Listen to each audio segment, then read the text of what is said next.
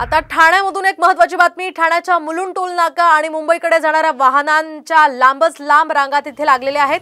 आठवड्याभराच्या पहिल्याच दिवशी आता नोकरदारांना वाहतूक कोंडीचा हा फटका बसतोय। तर 2 ते 3 किलोमीटर पर्यंत या वाहनांच्या रांगा लागलेल्या आहेत। रस्त्यावरील खड्ड्यांचाही वाहन चालकांना फटका बसतोय। या संदर्भात आपण अधिक माहिती जाणून घेऊयात आमचे प्रतिनिधी विकास काटे यांच्याकडून। विकास, काय परिस्थिती आहे सध्या ठाणे टोल नाक्यावर? सोमवार आहे त्यामुळे पहिल्या दिवशी हा जो काय फटका बसलेला आहे, खूप मोठ्या प्रमाणावरती वाहन चालकांना फटका बसलेला आहे।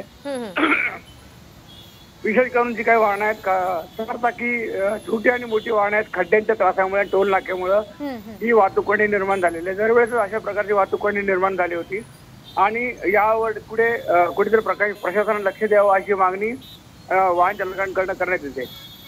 अगदी नक्कीच, वारंवार खरं तर ह्या गोष्टी घडत असतात। त्यामुळे धन्यवाद विकास, दिलेल्या सविस्तर माहितीसाठी। वाहतूक कोंडीचा या लोकांना मनस्ताप सुद्धा सहन करावा लागतो।